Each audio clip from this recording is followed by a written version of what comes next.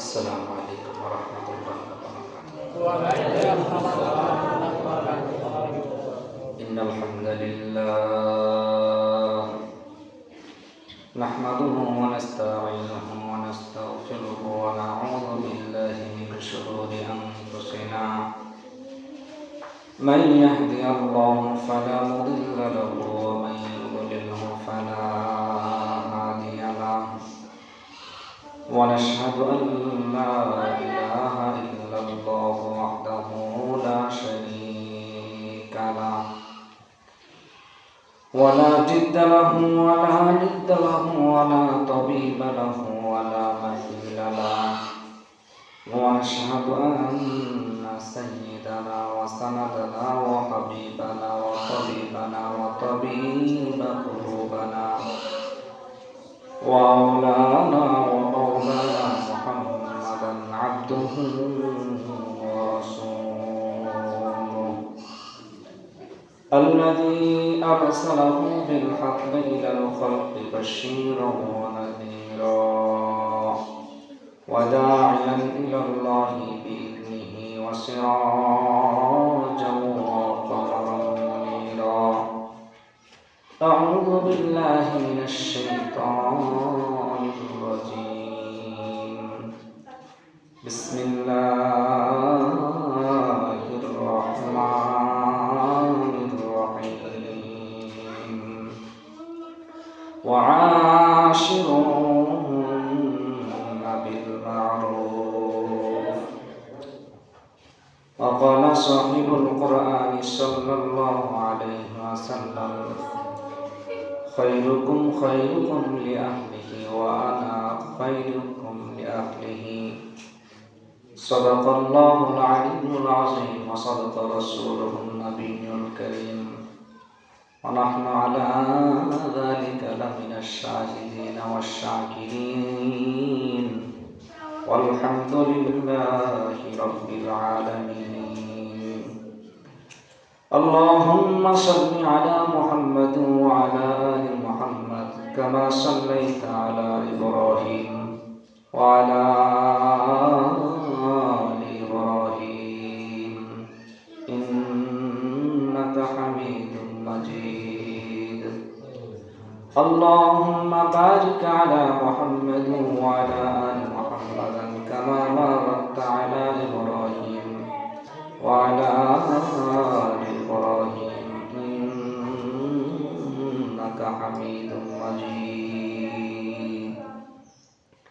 আলহামদুলিল্লাহ, মহান আল্লাহ পাকের লাখ কোটি শুকর যে মহান রব্বুল কারীম আমাকে আপনাকে অত্যন্ত ভালোবেসে অত্যন্ত মহব্বত করে দুনিয়ার সমস্ত জায়েজ ঝামেলা থেকে ফারেক করে মহান রব্বুল আলামিনের হুকুম পবিত্র দিনে জুমার নামাজ আদায়ের লক্ষ্যে আল্লাহর ঘর মসজিদে আসার এবং বসার জন্য তৌফিক দান করেছেন।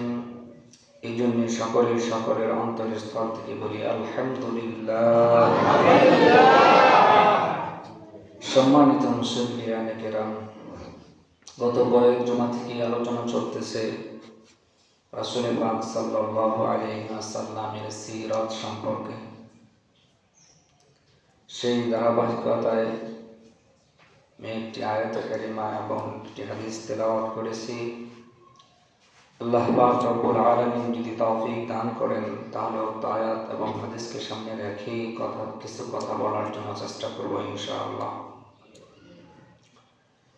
সিরাত অর্থ হলো চরিত্র। মানুষের আসল সিরাত বা আসল চরিত্র কি, মানুষের আসল চরিত্র কি,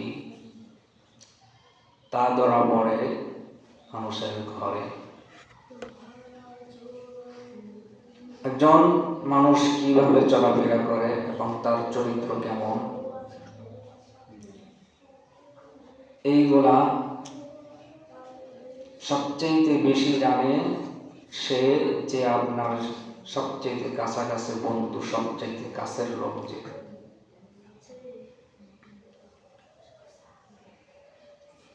সেই জন্যই দেখা যায় যে আমরা বা আমার চরিত্র কেমন এর সার্টিফিকেট সবচাইতে বেশি যে কাছের মানুষ সে দিতে পারবে সে হলো আমাদের ঘরের স্ত্রী।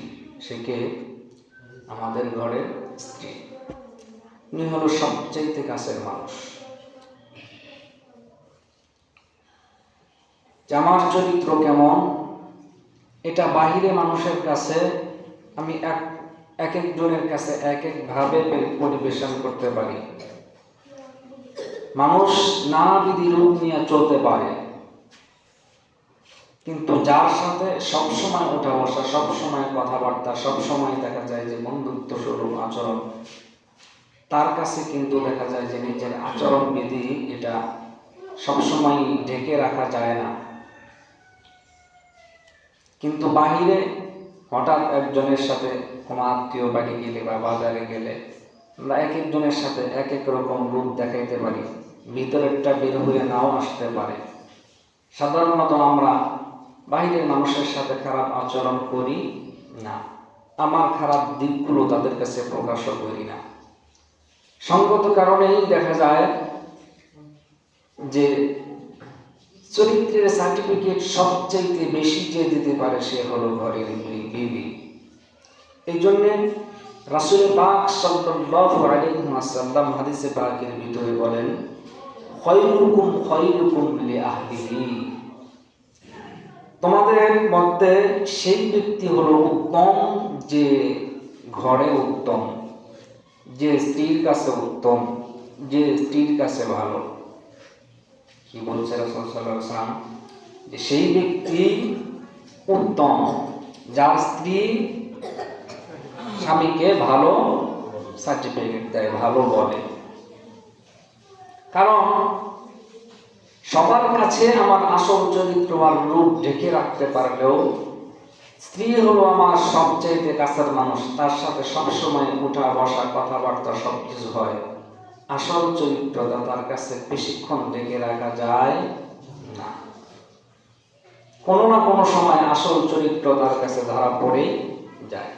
এই জন্য রাসূল সাল্লাল্লাহু আলাইহি ওয়াসাল্লাম বলেন যে একজন স্বামীর সার্টিফিকেট সবচেয়ে বেশি দিতে পারে তার স্ত্রী।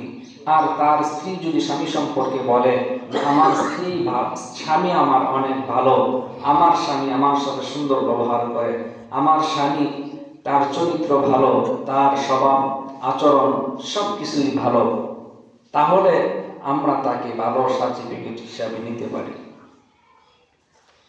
রাসূল পাক সাল্লাল্লাহু আলাইহি ওয়াসাল্লাম এর সিরাত সম্পর্কে আলোচনা হচ্ছে।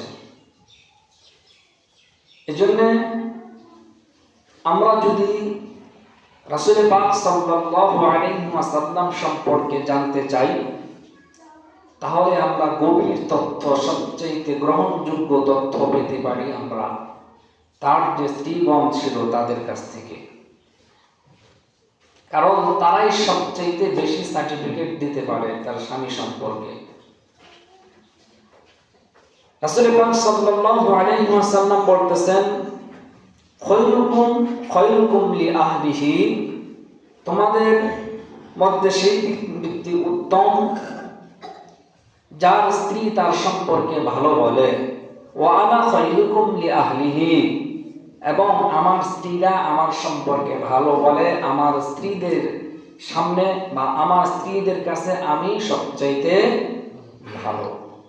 আচ্ছা বলেন তো দেখি, রাসূল সাল্লাল্লাহু আলাইহি ওয়াসাল্লাম যে বলতেছেন যে স্ত্রীদের সাক্ষ্য যদি ভালো হয় তাহলে ভালো, আল্লাহর নবীর চরিত্র কেমন, তার স্বভাব কেমন, তার আচরণ বিধি কেমন, তার যে কয়েকজন স্ত্রী ছিল তারা যদি সাক্ষ্য দেয়, এখানে কোনো দেখা যায় যে দ্বিমত থাকার বা কোনো সন্দেহ থাকার অবকাশ আছে নাই।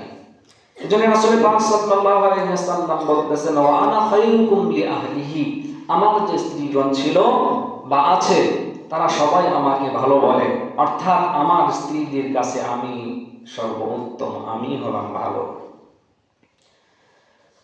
এই ছিল রাসূল পাক সাল্লাল্লাহু আলাইহি ওয়াসাল্লামের পারিবারিক জীবন, যে তার সমস্ত বিবিরা তার প্রতি খুশি ছিল, তার চরিত্র সম্পর্কে ভালো সার্টিফিকেট দিয়েছে এবং তার সমস্ত বিবিরা তাকে তার ভক্ত ছিল, তার মহব্বত করেছে। কোনো অভিযোগ কোনো সময় করে নাই যে আমার স্বামী আমার সাথে এরকম দেখা যায় যে অবিচার করেছে।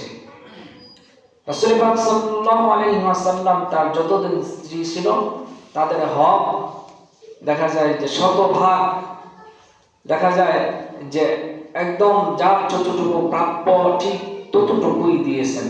তারা সন্তুষ্ট আছেন বিদায়ী তো ভালো সার্টিফিকেট দিয়েছেন, নাকি অসন্তুষ্ট হইলে দিত? কখনোই দিত না। এই জন্য রাসূল পাক সাল্লাল্লাহু আলাইহি ওয়াসাল্লাম বিবিদের সাথে খুব ভালো আচরণ করেছেন। এই জন্যই তারা দেখা যায় যে রাসূল পাক সাল্লাল্লাহু আলাইহি ওয়াসাল্লাম সম্পর্কে ভালো সার্টিফিকেট দিয়েছে। আমরা অনেক সময় মনে করি যে আমার স্ত্রীরা ঘরে থাকে, আমার স্ত্রীদেরকে আমরা কামাই অর্জন করে খাওয়াই, আমি লালন পালন করি, অতএব সবসময় সুন্দর আচরণ শুধু সেই আমার সাথে করবে, আমার তার সাথে আর সুন্দর আচরণ করার দরকার নাই। আমি তো তার কাজকর্ম করে খাওয়াই, আমি যেমন ইচ্ছা তেমন চলবো, যেমন ব্যবহার ইচ্ছা তার সাথে তেমন ব্যবহার করব, এতে যায় আসে না। কিন্তু তাকে আমার সঙ্গে সুন্দর ব্যবহার করতে হবে না, ইসলামের কথা বলে নাই। স্ত্রী যেমন আপনার দেখা যায় যে আপনার খেদমত করবে, আপনার মালের হেফাজত করবে, আপনার সাথে সুন্দর আচরণ করা তার যেমন দায়িত্ব, স্ত্রীর সাথে সুন্দর আচরণ করাও কিন্তু স্বামীর এটা দায়িত্ব এবং কর্তব্য। আল্লাহ পাক বলতেছেন ওয়াশিরুনা বিল মা'রুফ, তোমরা তোমার স্ত্রীদের সাথে সদ্ভাব ব্যবহার করো। এই দায়িত্বটা শুধু তাদেরকে একা দেওয়া হয় নাই, পুরুষদেরকে দেওয়া হয়েছে যে তোমরা সুন্দর করে আচরণ করো, তাদের সাথে সৎ ব্যবহার করো, তাদেরকে ভালোবাসো, তাদেরকে মহব্বত করো, কথা বলবে সুন্দর করে, ধমক দিয়ে কথা বলবে না। সুন্দর আচরণ যদি আমি কারোর সাথে করি, সেও আমার সাথে সুন্দর আচরণ করবে। কিন্তু আমি যদি সুন্দর আচরণ না করতে পারি, তাহলে তার কাছ থেকে, অপরজনের কাছ থেকে আমরা কিভাবে সুন্দর আচরণ আশা করি?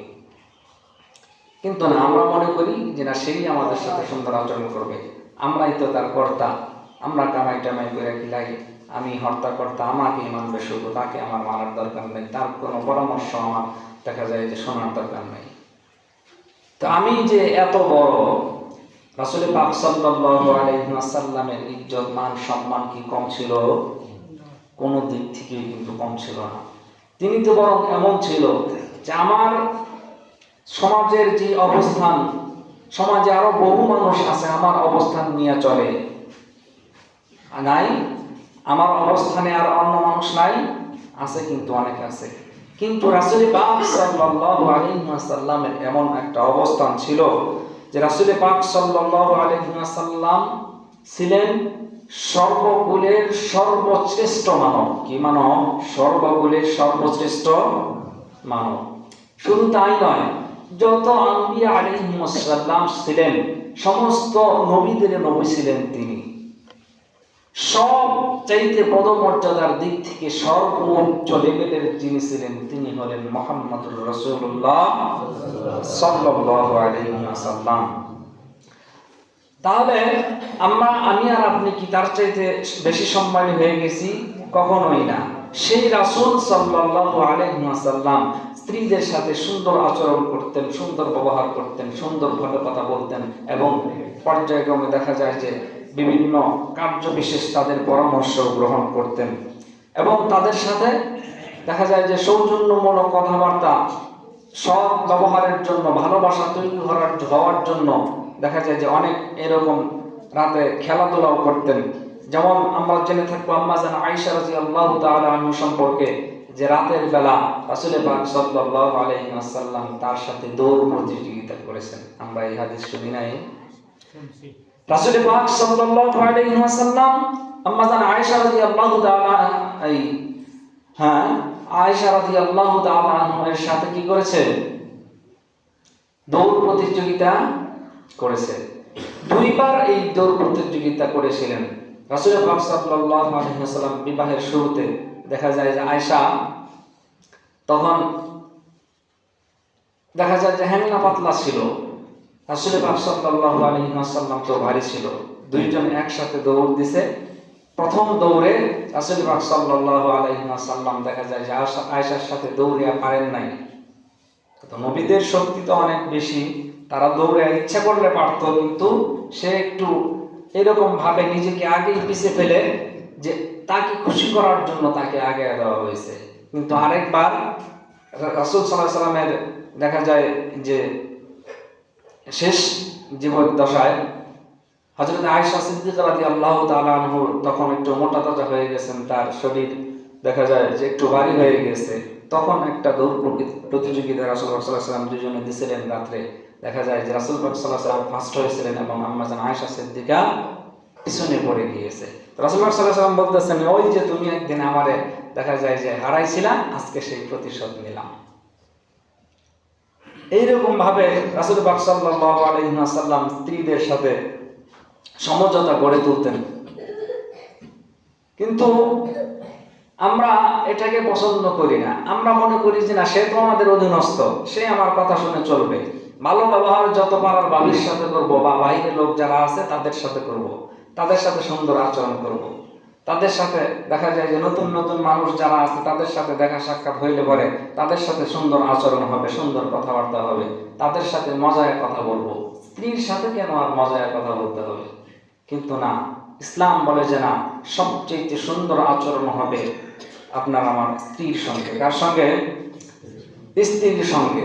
আমি যদি স্ত্রীর প্রতি সন্তুষ্ট থাকতে পারি, তার প্রতি আসক্ত থাকতে পারি, তাহলে দেখা যাবে যে বাহিরের এদিক সেদিকে আমাদের নজর আর যাবে না। আল্লাহু আকবার। আমরা অন্যের প্রতি আকৃষ্ট হয়ে পড়ি, কিন্তু রাসূল সাল্লাল্লাহু আলাইহি ওয়াসাল্লাম বলেছেন যে না, কখনোই অন্যের প্রতি আকৃষ্ট হওয়া যাবে না। তোমার যৌন চাহিদা মেটানোর জন্য তোমার ঘরে যে স্ত্রী আছে তাকে ব্যবহার করো। বাইরে যায় কোনো সময় কোনো মানুষ দেখে যদি তোমার মনে হইতেছে, মনের ভিতরে কুমন্ত্রণা আসতেছে যে না, আমি তার সঙ্গে যদি মিলিত হইতে পারতাম তাহলে আমার ভালো লাগতো, আল্লাহ রাসূল বলছেন, দিন নাই দুপুর নাই, যখন ইচ্ছা তখন ঘরে যাও, তোমার চাহিদা মেটাও, এখানে কেউ বাধা দিবে না, বরং এখানে সওয়াব হবে। এজন্য নজরের খোরাকটা পর্যন্ত রাসূল সাল্লাল্লাহু আলাইহি ওয়াসাল্লাম বলেছেন যে জিনাল আইনুন নজর, চোখের জিনা হইল দেখা। আমরা তো মনে করি যে একজন একজনের সাথে মিলিত হইলেই জিনা হয়, মিলিত হইলেই জিনা না। শুধু কেউ যদি কারো দেখা যায় যে দৃষ্টিপাত করে, কোনো বেগানা নারীর প্রতি দৃষ্টিপাত করে, তাহলেও এখানেও একটা জিনা সংগঠিত হয়ে যায়। কি হয়ে যায়? জিনা সংগঠিত হয়ে যায়। কেউ যদি দেখা যায় যে প্রয়োজনে অতিরিক্ত কারোর সাথে দেখা যায় যে কথা বলে, অন্য ভাব নিয়ে কথা বলে, দেখা যায় যে এই কথা বলাও তার মুখের একটা জিনা সংগঠিত হয়ে যায়। এর জন্য রাসূল পাক সাল্লাল্লাহু আলাইহি ওয়াসাল্লাম বলেছেন যে আলী রাদিয়াল্লাহু তাআলা আনহু বলতেছেন, হে আলী, দৃষ্টি যদি প্রথম একবার পড়ে যায়, প্রথম এক নজর দেখার এখতিয়ার আছে, এখানে এইটা ক্ষমাযোগ্য। কিন্তু এই দৃষ্টিকে দীর্ঘায়িত করা, যে এক নজর দেখা যায় আছে তাহলে এক নজরে 5 মিনিট দেখে নেব নাকি, না, তা না। এক নজর, এক পলক, যে আমার সামনে একটা বেগানা নারী আছে, ওইটা দেখার পর আমি নিজের চোখকে সংযত করে ফেলবো। আমি যদি না করি, এই নজরকে যদি দীর্ঘায়িত করি, তাহলে আমার আমলনামায় গুনাহ লেখা হবে। আবার দ্বিতীয়বার যদি নজর করি, তাহলেও দেখা যায় যে আমার আমলনামায় গুনাহ লেখা হবে। যেন রাসূল পাক সাল্লাল্লাহু আলাইহি ওয়াসাল্লাম বলেন যে কারো প্রতি যদি তোমাদের নজর লেগে যায়, বা কারো প্রতি যদি এরকম আকাঙ্ক্ষা হয়, তোমরা তাদের প্রতি আকাঙ্ক্ষা করো না। হাদিসে পাকের ভিতরে আরো আছে যে আমি আপনি অন্যের সাথে যেমন করব, আমি যদি আমার চরিত্র যদি খারাপ হয়, অন্য নারীর সাথে সম্পর্ক থাকে, তাহলে আমার স্ত্রীও দেখা যায় যে অন্য স্বামীর প্রতি, মানে অন্য পুরুষের প্রতি, পর পুরুষের প্রতি আকৃষ্ট হবে। আমার ঘরের বিবির যা আছে, অন্য একটা মহিলার তো তাই আছে, সবারই তাই আছে না? তাহলে তো অন্যের প্রতি দৃষ্টি দেওয়ার তো কোনো মানেই হয় না। বরং ব্যাপারটা তো এমন হইতে পারে যে আমার ঘরে যে স্ত্রী আছে, এটা তো আমার নাগালের ভিতরে থাকে, সে কেমন না কেমন এটা আমার জানা আছে না? স্বামী সম্পর্কে যেমন স্ত্রী জানে, স্ত্রী সম্পর্কে স্বামী জানে না? আপনি তার সম্পর্কে জানেন, তার সম্পর্কে ভালো সার্টিফিকেট দিতে পারতেছেন, কিন্তু রাস্তায় একটা মহিলা দেখা হইলে, রাস্তায় একটা বেগানা নারী যে চলাফেরা করে, তার চরিত্র সম্পর্কে কি আপনি জানেন? কারণ সে অনেক খারাপ হইতে পারে। তার সাথে যদি আপনি কোনো রকম সম্পর্ক গড়ে উঠাইতে পারেন, আরো 10 জনের সাথে যে তার সম্পর্ক নাই, তার কোনো গ্যারান্টি আছে? কখনোই নাই। বরং এতটুকু বলা যাইতে পারে যে আমার ঘরে যেই নারীকে আল্লাহ পাক দিয়েছেন আমার বউ হিসাবে, তার চাইতে বাহিরের 10টা নারীর চাইতে আমার নারী শতগুণে ভালো আছে। এই জন্য দৃষ্টি সংযত রাখতে হবে আমার স্ত্রীর দিকে। কেউ যদি তার স্ত্রীর প্রতি সন্তুষ্ট থাকে, তাহলে দেখা যায় যে বাহিরে এদিক সেদিক নজর দেওয়ার আর কোনো মানে হবে না। এটা কথা বলি উদাহরণস্বরূপ, যে বাহিরে যারা নিজেদেরকে বিলিয়ে বেড়ায়, নিজের রূপ যৌবনকে যারা দেখা যায় যে মানুষ লোকদেরকে দেখিয়ে বেড়ায়, তাদের সম্পর্কে আমাদের আকাবিরগণ একটা উদাহরণ দিয়েছেন যে এক মাতাব্বর বাড়ি, দেখা যায় যে ধনী মানুষের ভিতরে অনেক সময় আগে তো ছিল যে গোলাম থাকতো, কর্মচারী থাকতো না, কামলা রাখা হইতো না, পরিবারের ভিতরে রাখতো না। তারা অনেক সময় বিশ্বস্ত হইতো, তাদেরকে দিয়ে বাড়ির বাজার ঘাট অনেক সময় করায়। এরকম এক মাতাব্বর বাড়ির দেখা যায় যে একজন লোক গোলাম রাখছে, গোলাম অনেক বিশ্বস্ত, বলছে তাকে এক ছড়ি সুন্দর সবরি কলার একটা ছড়ি আনছে, এই ছড়ি আইনা সুন্দর করে এগুলা ফানাইছে, ফানাইয়া 50 হালি কলা গুইনা দিয়া বাজারে পাঠাইছে। 50 হালি কলা, এটা তুমি 10 টাকা হালি বিক্রি করে তারপরে আসবা। 50 হালি কলা 10 টাকা হালি বিক্রি করলে হয় 500 টাকা। কয় টাকা হয়? 500 টাকা। তো অনেক সময় দেখবেন যে ওই যে কর্মচারী যে বাজারে গেছে, যাওয়ার পরে এই কলা বিক্রি করছে, শেষে যায় হিসাব মিলে না। কলা ছিল 50 হালি, টাকা হবে 500, কিন্তু টাকা 500 হয় না, টাকা কম হয়। কেন? দেখা যায় যে অনেক সময় দেখবেন যে কলার যে ফানা আছে, এই ফানার ভিতরে 3 আলি একটা হয় কি হয় না? আবার 3 আলি 2টা হয়, 2 আলি 2টা হয়। সেই সময় বলে যে তোমার কাছ থেকে আমি 3 আলি কলা নিলাম, এক ফানার ভিতরে একটা বেশি আছে, তাহলে এই একটা বেশি সহ আমারে দিয়ে দাও, উপহার দিয়ে দাও। এইটা বলে মানুষ নেয় না? এরকম ভাবে নিছে, কিন্তু ও আর বোঝে নাই যে আমি 3 হালি কলার সাথে একটা ফ্রি নিয়ে গেল, কলাগুলো ভালো হওয়ার কারণে। আর দেখবেন যে দেশি কলা যদি বাজারে নিয়ে যাওয়া হয়, মানুষ ওইটার ভিতরে আকৃষ্ট কিন্তু সবচেয়ে বেশি হয়, কে কার আগে মারামারি করে নিয়ে যাইতে পারে। তো এইভাবে কলাগুলো বিক্রি করে ফেলাইছে। শেষে যে টাকার অঙ্ক আর কলার অঙ্কের সাথে মিলে না, মনটা খারাপ করে বাড়িতে আসছে যে আজকে বুঝি আমার মালিকের কাছে আমি চোর হয়ে গেলাম। তো মালিক সাহেব তো বুঝতে পারছে ব্যাপারটা যে কি হয়েছে। মালিক তো কর্মচারীকে চিনে, যে ছোটকাল থেকে বা অনেক দিন যাবত তার বাড়িতে কাজ করে আসতেছে, কোনোদিন এইরকম চুরি চামারি করে নাই, তার সম্পর্কে একটা আত্মবিশ্বাস আছে না। তো মালিক এই বিশ্বাস রেখে আরেক ফানা কলা নিয়ে আসছে, নিয়ে আইসা তাকে দিছে। ঘরের ভিতরে থেকে সুন্দর সুন্দর একটা প্লেট বের করে আনছে, প্লেট বের করে আইনা ওইটার ভিতরে কলাগুলা সুন্দর করে সোলাইয়া এগুলারে সুন্দর করে সাজাইছে, সাজায়া বাজারে দিয়ে বিক্রি করার জন্য পাঠাইছে। ওই কলার দেখা যায় বাসন জবাই নিয়ে বাজারের ভিতরে রাখছে। রাখার পরে দেখা যায় যে মানুষ চলাফেরা করতেছে, সোলাইনা কলা কেউ নিব, সিলানো কলা কেউ নিব, মানুষ চলাফেরা করতেছে। রাস্তার বালু, রাস্তার মাটি, তার পায়ের মাটিগুলো যে এরা কলার ভিতরে লাগতেছে, কলাগুলো ময়লা হয়ে গেছে, হয় কি হয় না? কলাগুলো ময়লা হয়ে গেছে। এবার এই সিলানো কলা আর কেউ নেয় না। আবার ফিরত আসছে, মালিক কলা তো আগের বার খুব ভালো বেচলাম, এইবার কিন্তু বেচতে পারিনি, সবগুলা ফিরে নিয়ে আসছি। তো তাহলে এক কাজ করো, আলমারির ভিতরে দেখো 10 টাকার নোটের একটা ভান্ডিল আছে, নিয়ে আসো। আইসা প্রত্যেকটা কলার ভিতরে একটা করে 10 টাকার নোট পেঁচাও, পেঁচাইয়া এই কলা আবার বাজারে নিয়ে যাও, বিক্রি করো 10 টাকা খালি। আচ্ছা বলেন তো দেখি, এখন কলা নেব কি নেব না? এখন কলা নেব। কলা খাইতে না পারলাম, 10 টাকা দিয়ে খালি কলা নিলে আরো 40 টাকা পাইতেছি। হ্যাঁ, কলার দাম থাক আর না থাক, এই কলা নিয়ে ফলায় দিব, দরকার নাই, আমি টাকাটা নিব। কলা এখন মানুষ আবার ফুরে গেছে। এটা বলার উদ্দেশ্য হলো এমন যে আমি মুরব্বীদের কাছ থেকে শুনেছি যে আগে ছেলে মেয়েদেরকে বিয়ে দিতে হলে অনেক সময় ফোন দিয়া তারপরে বিয়ে করতো না মুরব্বীদের কাছে মুখে শুনেছি যে মেয়ের বাড়িতে উপহার উপটকন দিয়া যাইতো, যে তোমার মেয়েটা দেখার জন্য আসছে, উপহার উপটকন দিয়া তারপরে তার কাছে প্রস্তাব দিত এবং মেয়ে বিয়ে করত। কিন্তু এখন কি সেইটা আছে? এখন কিন্তু সেইটা নাই। আমাদের পরিবেশ কেমন হয়ে গেছে যে আমাদের মা বোনেরা আগে পর্দায় থাকতো, রাস্তা দিয়ে চলতে ফিরতে যদি কোনো বেগানা এই দেখা যায় যে বাড়ির থেকে কোনো রকম একটু রাস্তায় বের হইলে ধরে তো কোথাও যাইতোই না বেপরদা অবস্থায়। রাস্তায় বের হইলেও দেখা যায় কোনো মানুষ যদি দেখা যাইতো, দেখা যায় যে ফট করে ঘুরে মাথার উপরে কাপড় দিয়ে রাস্তার দোপায় যায় না দাঁড়ায় থাকতো কি থাকতো না? কিন্তু এখন তাই করে। মার্কেটে গেলে পরে বা রাস্তাঘাটে দিলে পরে যে কে যাচ্ছে না, যে হাজির সাহেব যাচ্ছে না, চেয়ারম্যান সাহেব যাচ্ছে, দেখার কিছু নাই। ও হাসতে হাসতে ডলতে ডলতে দেখা যায় যে রাস্তার মাঝখান দিয়ে হাইটে যাইতেছে। কে গেল না গেল এটা কিন্তু এখন আর দেখার বিষয় নাই। এই জন্য দেখবেন যে যারা পর্দায় ছিল আগের মা বাপ, দেখা যায় যে সন্তানদের মেয়েদের স্বভাব চরিত্র ভালো ছিল, যার বিনিময়ে তাদেরকে পণ দিয়ে বিয়ে করা হইতো। কিন্তু এখনকার মেয়েদের পরিবেশ হয়ে গেছে সুলাইনা গলার মতো। কি গলার মতো? সুলাইনা গলার মতো। যেমন ইচ্ছা তেমন চলতেছে, যেমন ইচ্ছা তেমন ঘোরাফেরা করতেছে, যার ইচ্ছা তার সাথে কথা বলতেছে, যার সাথে ইচ্ছা তার সাথে মেলামেশা করতেছে। এখন পরিবেশটা এমন হয়ে দাঁড়াইছে যে এরা যেমন খোলামেলা হইয়া তাদের চেহারার ভিতরে ময়লা ফালাইয়া দিছে, আর কোনো নূর চমকে না। টাকা ছাড়া মানুষ তাদেরকে এখন আর কিনতে চায় না। পরিবেশটা এমনই হয়ে গেছে।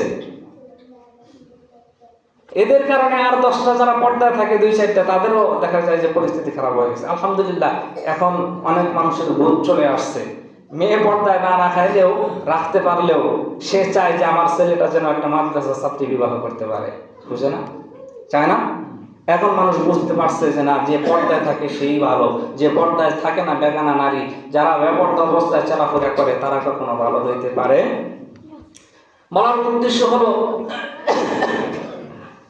যে যারা বাহিরে বেগানা নারী, দেখা যায় জবাব চলাফেরা করতেছে, তাদের যেতে আপনার স্ত্রী, আপনার ঘরের স্ত্রী ভালো। এই জন্য তাদের প্রতি দৃষ্টি সংযত রাখা, বাহিরে দৃষ্টি সংযত রাখা, নিজের ঘরের দেখা যায় যে দৃষ্টিপাত করলে পরে এটা সওয়াবের কাজ। আর এখানে সীমাবদ্ধ থাকলে আপনার নিজের চরিত্রকে আপনি সম্পন্ন রাখতে পারবেন। তো যাই হোক, সময় শেষ। আমরা আস্তে আস্তে আসে দেরি করে, আবার দেরি হইলেও দেখা যায় যে গরিব দিকে বারবার তাকায় যে হুজুরি নামাজ দেরি করতেছে। তো আর লম্বা করতে চাই না। কথা হলো যে নিজের ঘরের স্ত্রীর ভিতরে সীমাবদ্ধ থাকতে হবে আমাদেরকে, বাহিরের দিকে নজর দেওয়া যাবে না। আর নিজেকে সংযত করার জন্য অন্যের স্ত্রীর প্রতি যাতে নজর না পড়ে, এই জন্য রাসূল পাক সাল্লাল্লাহু আলাইহি ওয়াসাল্লাম বলেন যে কারো উপরে যদি নজর পড়ে যায় তাহলে চিন্তা করবে যে না, বাহিরেরটা মানুষ খারাপ হইতে পারে, আমার স্ত্রী ঘরে ভালো আছে। তাও যদি নিজেকে সংযত না করতে পারো তাহলে কি করবা? তাহলে এরকম চিন্তা করবা যে, আর একটা ছোট্ট হাদিস বলি যে রাসূল পাক সাল্লাল্লাহু আলাইহি ওয়াসাল্লাম একজন নব মুসলিম আয়েশা বলতেছে, ইয়া রাসূলুল্লাহ, ইয়া হাবিবাল্লাহ, আপনার ধর্মের সবকিছুই আমার পছন্দ, আমি মুসলমান হইতে চাই, আমি একটা গুনাহ আমি ছাড়তে পারবো না। কি করতে পারবো না? একটা গুনাহ ছাড়তে পারবো না। আপনি যা বলেন তাই করবো, কিন্তু একটা গুনাহ ছাড়তে পারবো না। সেটা হলো পর নারী দেখলে পরে আমার যে লোভ জাগে, আমি তার সাথে জিনা করি, এই জিনার গুনাহটা আমার অনুমতি দিয়ে দেন, বাকি সব আপনার ধর্মের সব কিছুই মানবো।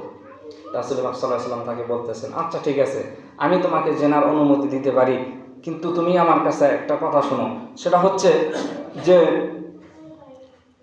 তোমার মায়ের সাথে যদি জিনা করার জন্য তোমার কাছে কেউ অনুমতি চায়, তুমি দিবা? কয় না, আমার মায়ের সাথে জিনা করতে আসবো, এত বড় সাহস দুঃসাহস কার হয়েছে? তার তো কল্লা কেটে ফেলায় দেবো। কয় তাহলে তোমার বোনের সাথে যদি কেউ জিনা করতে চায় তাহলে তুমি অনুমতি দিবা? এটাও সম্ভব না, তাকে তো আমি মেরেই ফেলবো। কয় তোমার স্ত্রীর সাথে যদি কেউ জিনা করতে চায় তাহলে কি তুমি জিনা করতে দিবা? না হুজুর, কোনোভাবেই সম্ভব না, তাকে তো আমি কিছুতেই ছাড় দেব না। রাসূল সাল্লাল্লাহু আলাইহি ওয়াসাল্লাম বলতেছেন, তাহলে তুমি কার সঙ্গে জিনা করবা? তুমি যার সাথে জিনা করবা সে কারো না কারো বোন, তুমি যার সাথে জিনা করবা সে কারো না কারো স্ত্রী, তুমি যার সাথে জিনা করবা সে কারো না কারো মা। তোমার স্ত্রীর সঙ্গে, তোমার মায়ের সঙ্গে, তোমার বোনের সঙ্গে একজন জিনা করব, প্রেম করব, সম্পর্ক করব, এইটা যদি তুমি মানতে না পারো তাহলে তুমি যে আরেকজনের স্ত্রীর সাথে, বোনের সাথে বা মায়ের সাথে জিনা করবা, দুঃসম্পর্ক করবা, খারাপ সম্পর্ক করবা, এইটা কি সে মেনে নিবে? কখনোই মেনে নেবে না। তখন দেখা যায় এই বুঝ পায়, পায় না হুজুর, আমি এই অনুমতিও চাই না, আমি আজকের থেকে জিনাহের গুনাহ প্রত্যাখ্যান করলাম। যে রাসূল সাল্লাল্লাহু আলাইহি ওয়াসাল্লাম বলতেছেন যে না, তোমার যদি অন্য নারীর প্রতি এইরকম কুদৃষ্টি আছে, তুমি মনে মনে ভাববা যে না, আমার বোনের দিকে যদি কেউ এইরকম কুদৃষ্টি দেয় আমি তো কষ্ট পাবো, আমার স্ত্রীর দিকে যদি কেউ কুদৃষ্টি দেয় তাহলে আমিও তো কষ্ট পাবো, আমার মায়ের দিকে যদি কেউ কুদৃষ্টি দেয় তাহলে তো আমি কষ্ট পাবো, আমি তো এটা দিতে দেবো না, তাহলে আমি অন্যের বোনের দিকে কেমনে তাকাই, আমি অন্যের স্ত্রীর দিকে কেমনে তাকাই, আমি অন্যের মায়ের দিকে কেমনে তাকাই। এই চিন্তা করলে দেখা যায় যে আমরা এই জিনাহের গুনাহ থেকে সংযত হতে পারবো। আল্লাহ পাক রব্বুল আলামিন আমাদেরকে এই সকল গুনাহ থেকে সংযত হওয়ার তৌফিক দান করুন। ওয়া আখিরু দাওয়াহুম আলহামদুলিল্লাহি রাব্বিল আলামিন।